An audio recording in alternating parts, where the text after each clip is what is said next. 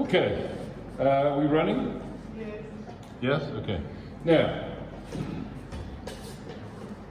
something old, something new.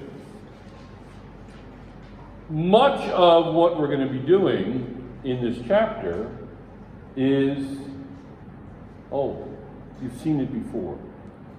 How many people have ever dissolved sugar into water? Anybody? Okay. So what did you make? You made a Solid. a solid? No, a solid. Go ahead, what's the word? You can do it. Can I call somebody? You want to call somebody to ask them what it is? Can I? Well, lifeline? What did you say? I said it's just degrading what you can call. You take sugar and you mix it with water. That's called starts with an S, a solution. Yeah, you made a solution. And what's the sugar called? Solute. The sugar is the solute, and the water is the solvent. So we've done this, right? Solvent, solute, solution. Now, let me ask you a question. What kind of solution is it? Is it a tincture? It's a tincture. Is it a water solution? Sugar and water. It's a water solution. And what is the name? What is a water solution? It's what? That's excellent. That is. In English, I don't know how you say it in French, but fair enough. Aqueous solution. How would you say aqueous in French? Whatever. Yeah, all right, whatever. But it's an aqueous. So sugar and water. Give me another name. Give me another example of something that you dissolve in water. Bath bomb? A what? What did you say? Salt or a bath bomb? Salt or a basketball? A bath bomb. A bath bomb? So something when you take a bath, you put it in water and it dissolves. Is that what you're saying? Yes. Or you said salt water? Salt you dissolve in water? Okay. Those are all examples of aqueous solutions. So there's a certain amount that you bring to the table. Yes? There's a certain amount that you bring to a table. Now, what did you mention? You mentioned salt in water. I mentioned sugar in water. At room temperature, is salt a solid, liquid, or gas? It's a solid, right? Is sugar a solid, liquid, or gas? Solid. All right, so you're putting a solid solute into a liquid solvent. Yes? Okay. What happens if I take like nickel and copper and I put that together? What's that called? That's called an alloy. That's actually called brass. Brass is nickel and copper. Okay? Two solids, right? But you can still make a what? Solution out of two solids. Yes or no? So you can have different kinds of solutions. You can have a solid liquid solution, right? Or you could have a what? Solid solution. Bronze is another one. So you can have two solids that make a solution. What about, you want me to give you a hint? What about this? As a solution. You tell me what it is. You ready?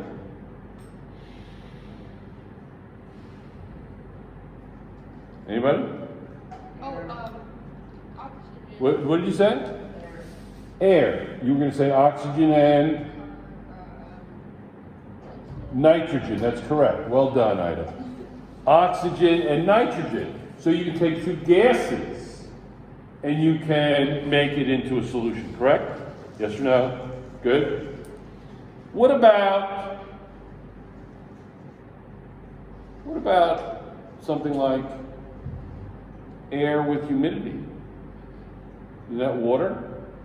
Water, oxygen, nitrogen. Okay. So we have different kinds of solutions. Okay? Now, what is the definition of a solution? I want to write down the definition of a solution.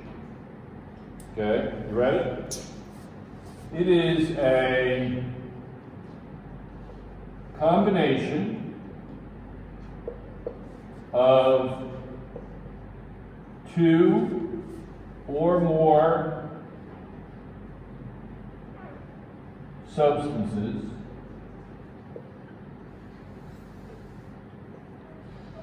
resulting in one phase. A phase is simply a set of physical boundaries.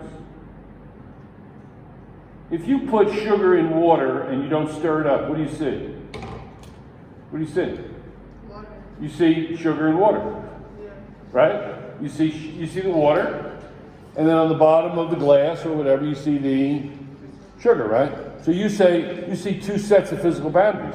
You see the physical boundary of the water, and you see the physical boundary of the sugar, right? But if I take that and I stir it and I make a solution, Elvis, do you see the sugar anymore? No. How do you know it's sugar and water? Oh, you can taste it. It's not something you really want to do in the laboratory. But you see one phase, right? I take salt and water and I stir it up. Right? I see what? I see what? Is there a beaker back there? Yeah, beaker. Back there, give me one. Right? You see, I take sugar, I take salt and water and mix it up. I see just water. I see one set of physical boundaries, right?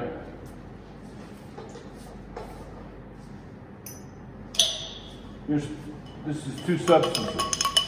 What do you see? Two markers, two sets of physical boundaries. This is called a what? What is this called? This is called I know. It's exactly what it looks like. It's a mixture. If I take two or more substances and mix it up, and you get two or more phases, that's called a mixture. Right? So that's what a mixture is. So you need to know the difference between a solution, this is solution,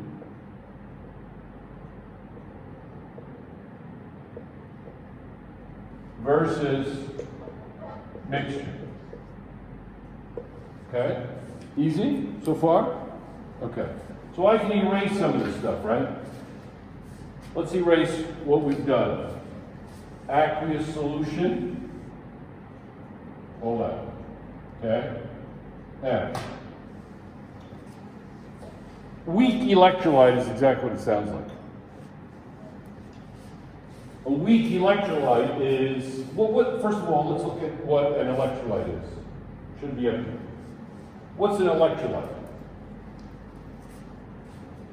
An electrolyte is generally a liquid that does what? What do you think? An electrolyte. It's a liquid, generally a liquid, that conducts electrolyte. Electricity, yeah. An electrolyte is simply, let's not go crazy here, guys. An electrolyte is something that conducts electricity. Yes? A weak electrolyte is something that conducts electricity weakly. Yeah, it's not a strong electrolyte, it's weak. It's weak. Right? It's weak. Correct? Okay. So I can get rid of those. I can get rid of solution too, right? Yes. Now, this is the first major thing I want to do here. I have plenty of space right here. Okay? We gotta look at water for a second.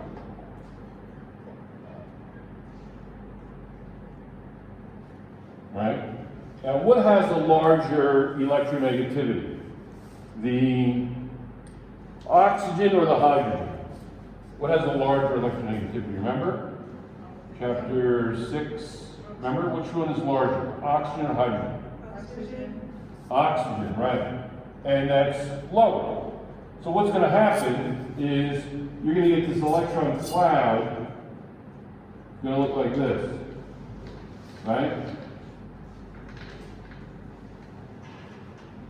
And then you also have these two electrons here, these two pairs here, and you're going to get this kind of like, right? So what's going to happen? You get this kind of like partial negative charge. That's a Greek letter delta. That's a capital delta, right? That's a lowercase delta, right? Like this is an S. That's a capital S. That's a lowercase s. Uppercase, lowercase. That's an uppercase delta. That's a lowercase delta, right? So this is negative. So if this is negative, if the negatives are going north here, this will be like this, right? Right? So far so good? You remember that? You remember that? Yes or no? So I'm going to reduce, we did this in bio last year, we did it again in the very beginning of this year, we did it again in chapter 6. We've been using this model forever, okay? So let me get rid of this. And may I reduce it to this? This is a water molecule. That's the oxygen, hydrogen, hydrogen, right? And we know this is going to be positive, positive, negative. You okay with that? So far so good? Yes? Okay. Right. Now, we also know if I put sodium and chlorine, I put an ionic compound. Sodium chloride, calcium chloride, lithium bromide, right? Where I have a positive, positive, and negative. Negative and positive. Positive, negative, positive, negative, right? How are they actually dissolving? Okay? How are they actually dissolving? Well, here's the substance. Sodium chloride, lithium bromide, calcium iodide, right? Sodium fluoride, right? Goes like this. I get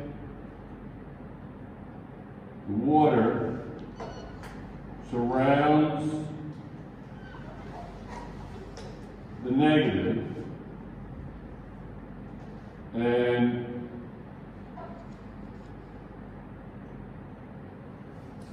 the water surrounds the negative like that, and surrounds the positive like that. So this is going to be like this. That negative goes with the positive. That positive goes with the negative. Correct? And it literally pulls it apart. The water is relentless. Elvis, are you with me? Does anybody know what this process is called? Where the water lines up, the polarity of the water lines up negative, positive around the positive and negative ions of the salts, and literally disperse the negative and positive ions into the water. What's this process called of salt dispersion in water? Anybody? Excellent. It's called, not salvation, solvation. S-O-L. Solvation is the process by which solutions are formed. Generally in regards to aqueous solutions, water solutions, like you said, okay? Where the water is polar and it literally surrounds the ions. They line up positive, negative, negative, positive, and it pulls it apart, and then it's dispersed. The negative ions, everything is dispersed nicely. Nice. Right, nice. And if you look really closely, you'll see, like around this, you'll see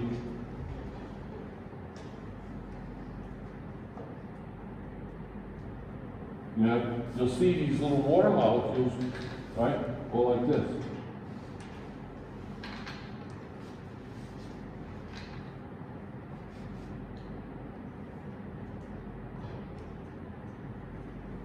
Right?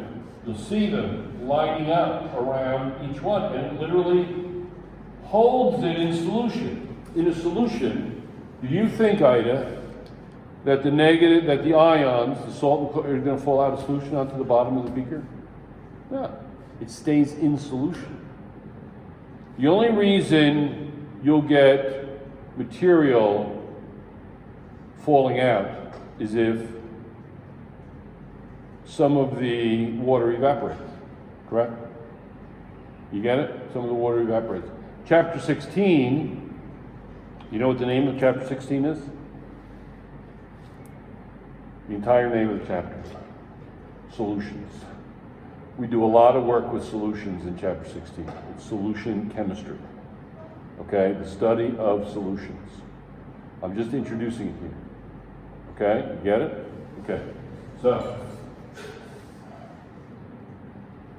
that is that's this. It's done. Finished. Good? Easy?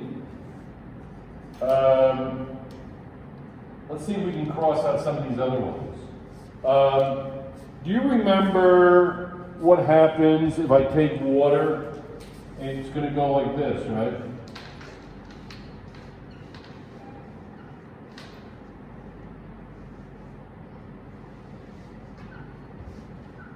So what's this creating?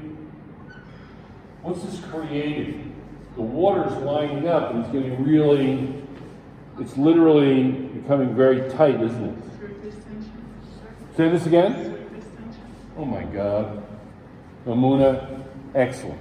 Yeah, that the hydrogen bonding causes a high degree of surface tension. So when you talk about hydrogen bonding, you're talking about surface tension. Very, very big.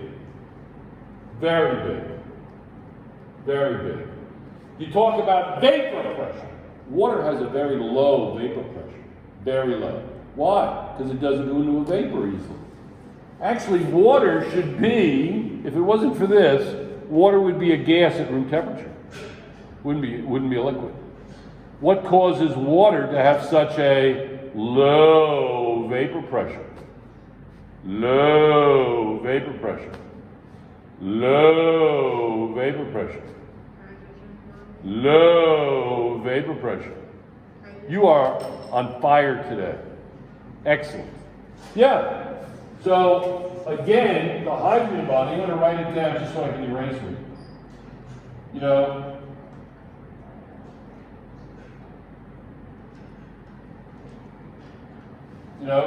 I love to say in chemistry, if you don't know the right answer, just put hydrogen bonding.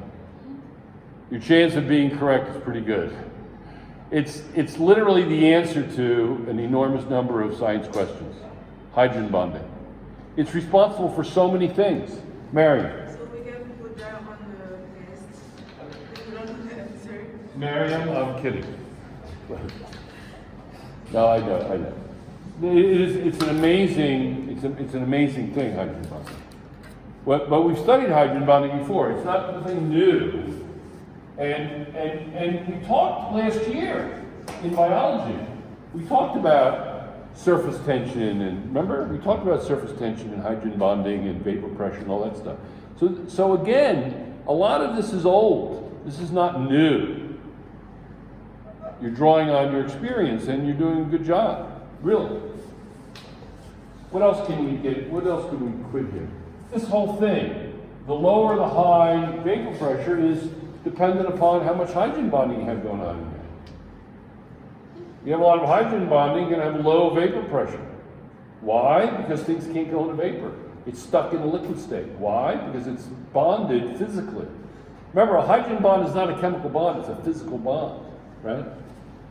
So I can get rid of this. Low, high, low, high, right? Good? All right. Let's talk about, we talked about this, electronegativity, we had a little bit of a refresher, right? Yeah, good. We know that. Mr. Darcy. Yes. What? Item, yes. Did you do that on the suspension? I didn't do that yet. I'm going to. Yes. What else? I get rid of this. Ouch. Now, let's see what else can I get rid of. We talked about Brownian motion. Remember we did that? That's how things kind of, when the gas, when the oxygen and hydrogen, when the oxygen and nitrogen in the air, they keep bouncing off each other, right? And that disperses materials like perfume smells and things because of Brownian motion. We did Brownian motion when we did gases. So that's good. We already did Brownian motion. Okay? All right. Clement, look up dispersion medium. Okay? Aporta, look up dispersed phase. Okay? Yes? Misa, look up emulsion. Okay? Yes? Now, these are we did this. We did alloy. Now, this is,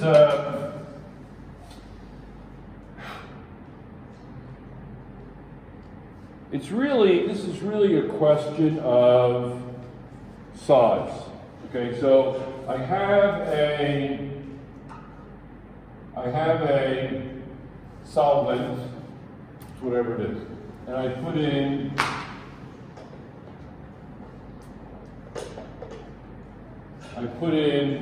a solute. I dissolve it around, right? Yes? What is the difference between and among these three things? Solution, colloid,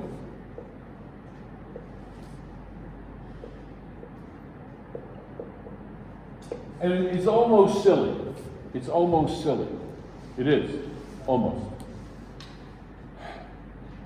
What's the difference? Anybody know? You got to know the definition of these three things and examples. Well, the solution is easy. But yes, a formula.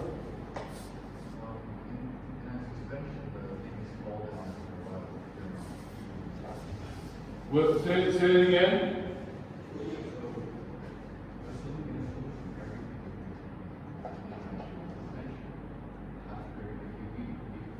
Okay, you're jumping from.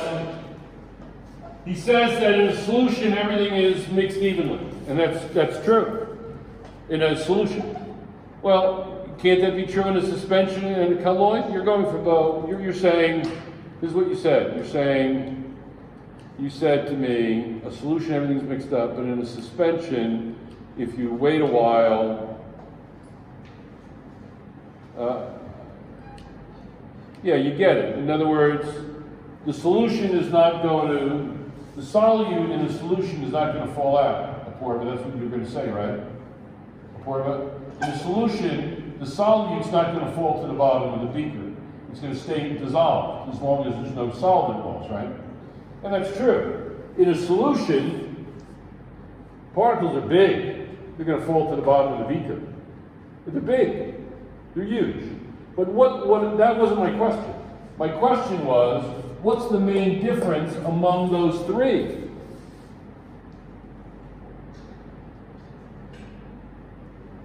Anybody? Nobody?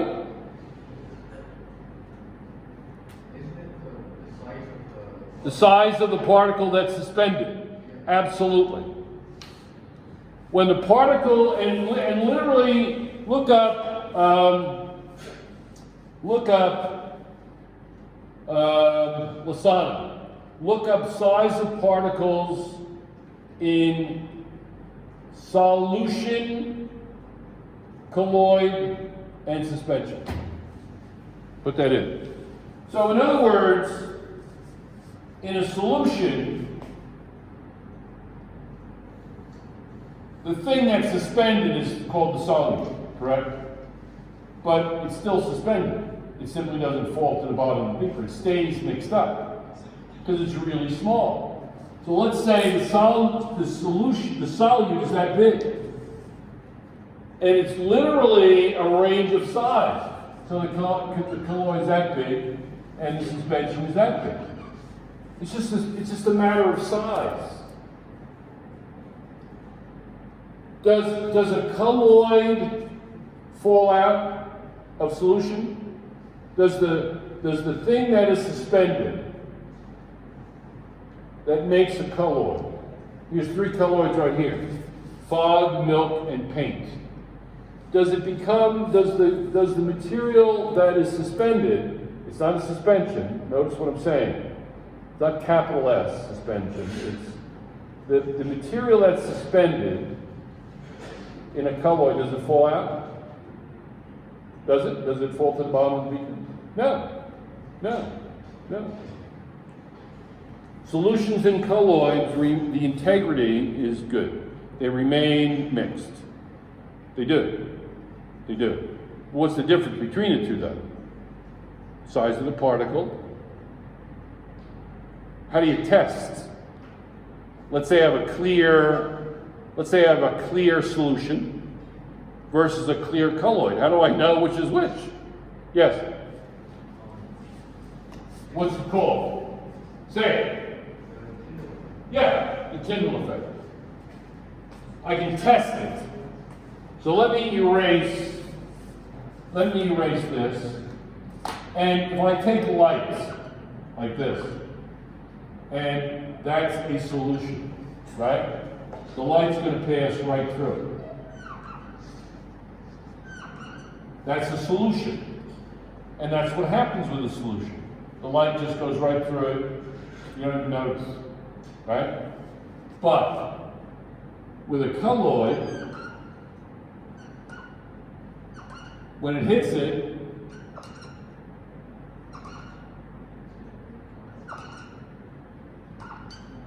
some of it will go through, but a lot of it scatters the light.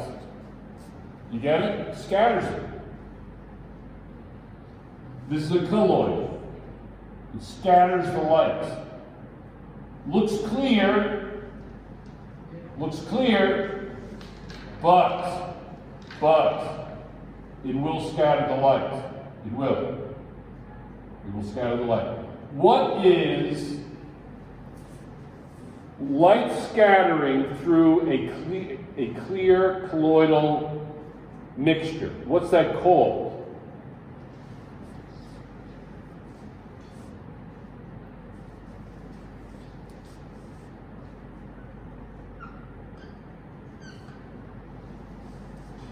Tyndall effect. Tyndall effect. That's Mr. Tyndall effect for you. Yes, thank you. Okay? That's the Tyndall effect. So we can erase colloid, right? So you've got to know this. You've got to know these three things: colloid, suspension, and solution.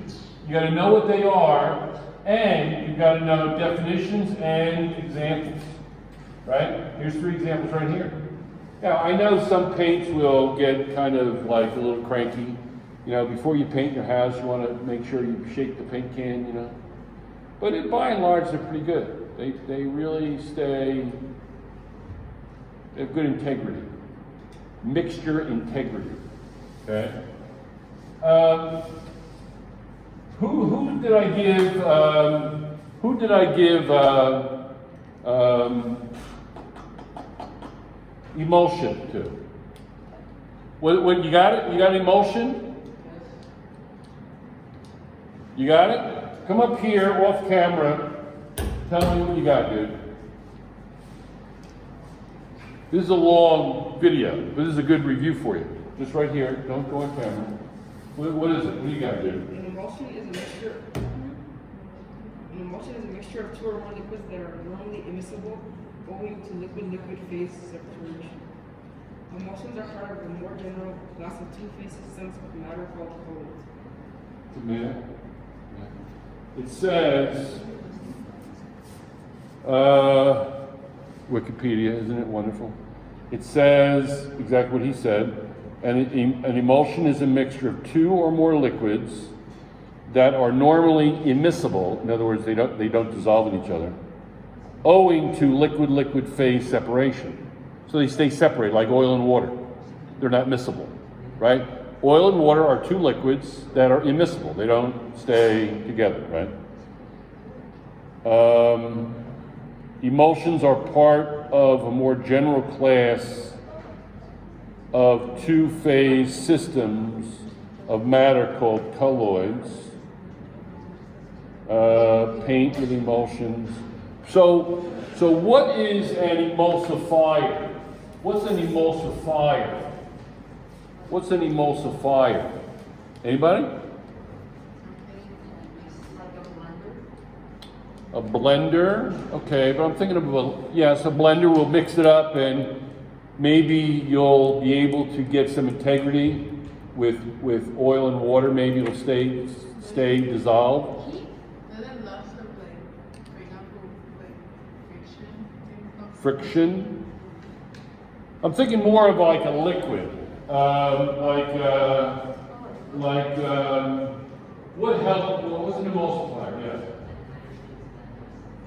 Like, give me an example. Yeah. Vinegar? What is it? It's Yeah. Yeah. So an emulsifier is a substance that will make what is immiscible miscible. And somebody said, soap. Sure. This is what soap looks like. I have, and we're going to end with this, but I got like 6 minutes more than enough time. So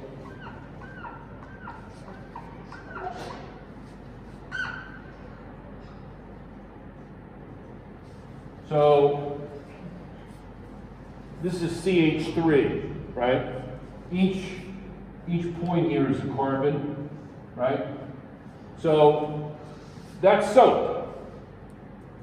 It's a very simple diagram of soap, right?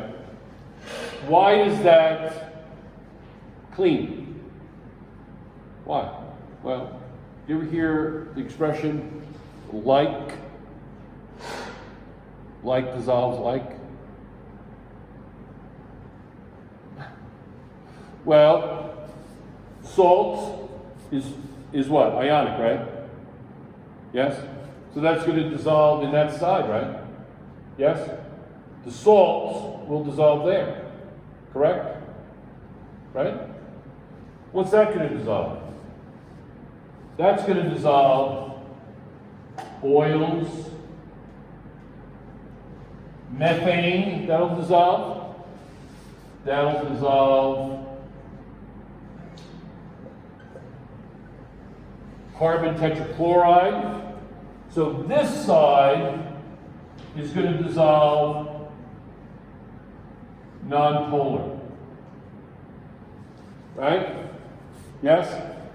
So this side is going to dissolve nonpolar. Okay? This side is going to dissolve polar. Yes? Give me an X. Look up mayonnaise. What's mayonnaise? Is mayonnaise an emulsion? Look that up. It's an emotion. Is it? Is mayonnaise an emulsion? Look it up. Because it's eggs and oil.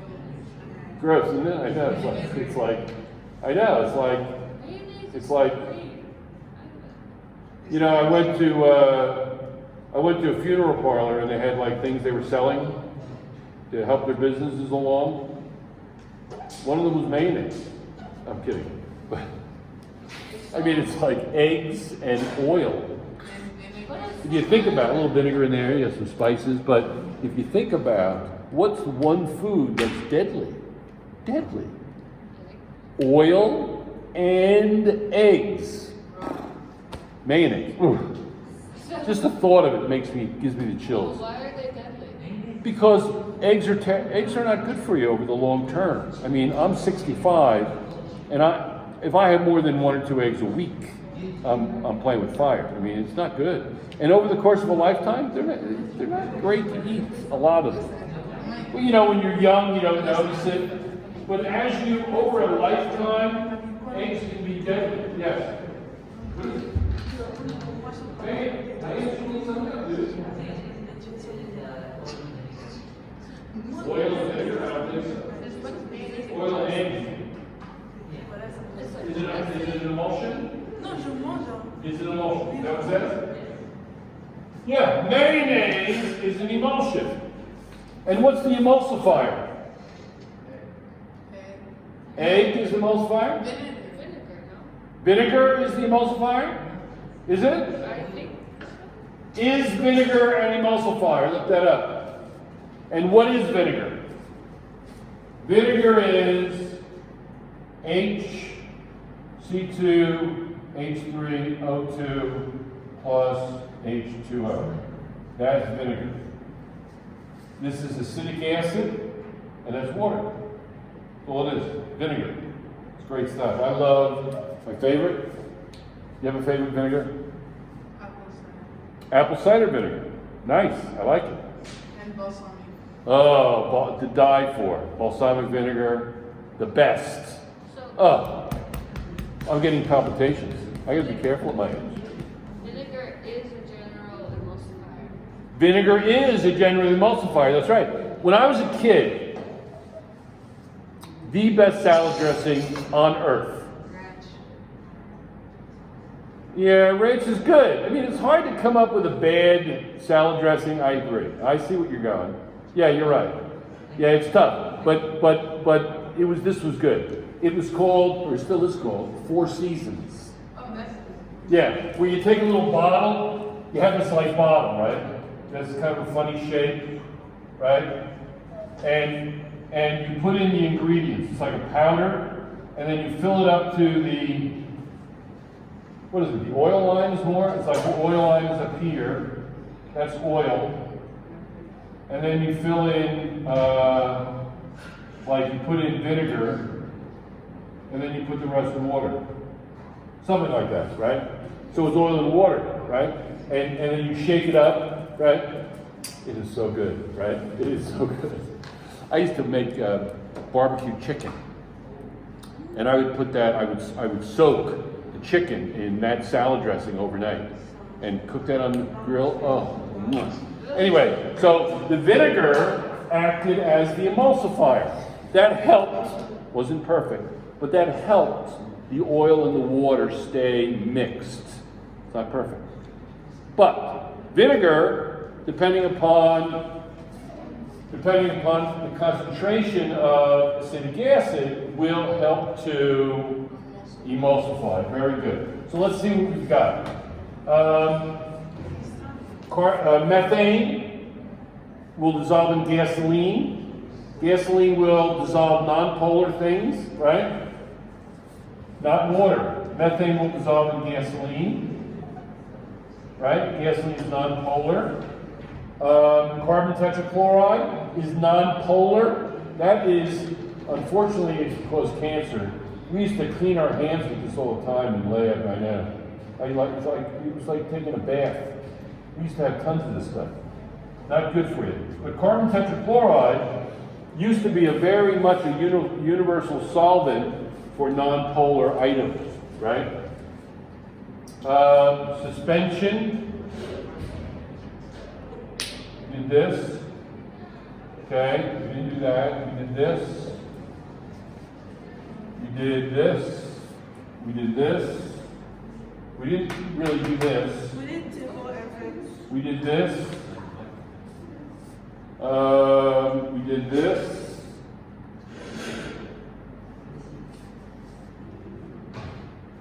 Good, huh? Good? Yeah. Good? Okay. Shut it off. That's it. Out of the pool. Thank you. Good class.